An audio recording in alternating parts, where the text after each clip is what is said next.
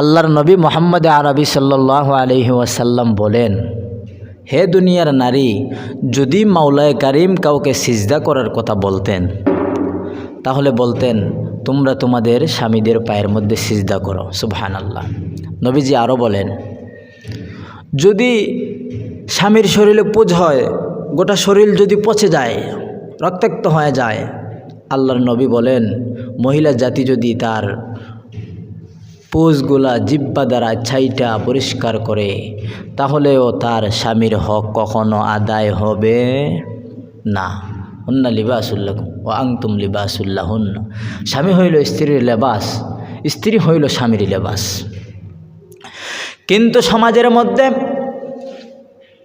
স্বামীর মর্যাদা স্ত্রীর কাছ থেকে মিলে না, স্ত্রীর মর্যাদা স্বামীর কাছ থেকে মিলে না। তার অন্যতম দুইটা কারণ আছে, দুইটা কারণ। এক নম্বর কারণ হইল বন্ধু যেইটা, সেই কারণটা হইল অহংকার। অহংকার কিসের অহংকার? সম্পদের অহংকার। স্বামীর বাড়ি যদি একটু গরিব হয়, উপায় নাই।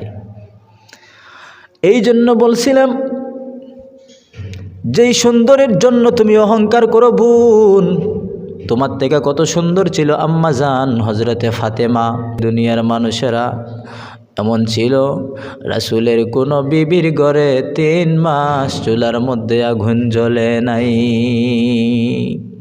হজরতে আলীর ঘরে এমন ছিল, সপ্তাহ যায় হজরতে আলীর চুলার মধ্যে আগুন জ্বলে না। আলীর চুলার মধ্যে আগুন জ্বলে না, তারা তো নারাজ ছিল না। স্বামীর দুঃখের সময় যেই নারী পাশে থাকে না, আল্লাহর কসম করে বলি এমন নারী দুনিয়াতে কখনো সুখী হইতে পারবে না।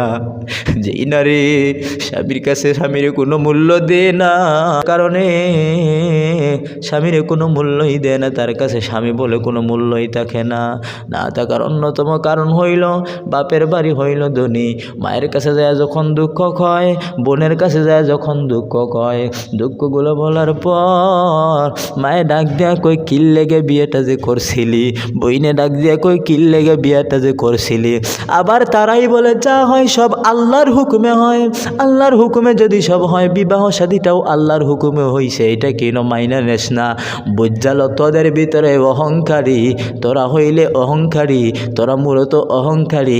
অহংকারী যদি না হইতিস তাহলে তোদের বেলায় যে আইন আল্লাহর মানুষ, অন্যের বেলায় কেন তোরা এই আইন মানুষ না? যাই না রাখ তোদের যেই সৌন্দর্য, তোদের যেই টাকার অহংকার, আল্লাহর কসম করে বলতেছি আল্লাহর কোরআন দিয়া, ওয়াতিলকাল আইয়ামু নুদাবিলুহা বাইনান নাস। মজলুম যে সে জানে সে কত বড় মজলুম, জালিম সে জানে না সে কত বড় জুলুমকারী, কত বড় জালেম, কারণ তার পিঠ সে কখনো দেখে না। এই জন্যে বলছিলাম অহংকারী সইনা রাখো। আমি মসজিদের ঘরের মধ্যে বসিয়া আমার মাওলার নামের শপথ করে বলি, কোনো মানুষ যদি চোখের পানি ফালাইয়া মাওলার দরবারে ক্রন্দন করে জালিমের উপরে, আমার মাওলা একদিন হলেও তো সে দোয়া তার কবুল করবে ইনশাআল্লাহুল আজিজ। মাটির মধ্যে মিশে যাবে, এমন মিশবে রে তোমার নাম নিতেও মানুষ খারাপ লাগবে।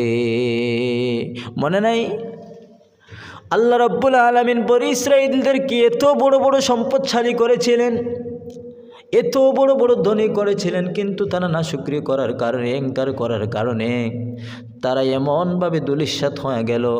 এখনকার যুগে তাদের নাম মানুষ যখন মুখে নেয় তখন বড় ঘৃণা হয়। এই জন্যে বলছিলাম, ও দুস্থ আহবাব, ও আমার পর্দার আড়ালের মা, ও বোন, যাই না রাখো তোমার থেকে কত সুন্দরী নারী কবরের মধ্যে শুইয়া আছে। তুমি কেমন সুন্দর হইছ, কেমন তুমি রূপের বড়াই করো, কিসের জন্য করো তুমি জানো নি? তোমার এই যৌবন কয়দিন বাই থাকবে। পুরুষরে তুমি কাঁদাও, তুমি জানো না তার চোখের পানি যখন গভীর রাত্রে মাওলার দরবারে পড়ে, আমার মাওলা তারে ফিরাইয়া দেবে না।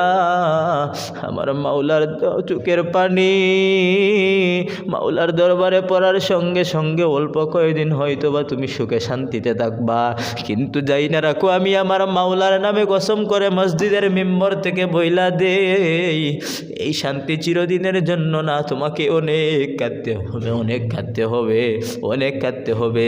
এ ভাই, এ বাবা, এ আম্মা, এ আমার বোনেরা, যাই না রাখো, তোমাদের অহংকারও থাকবে না।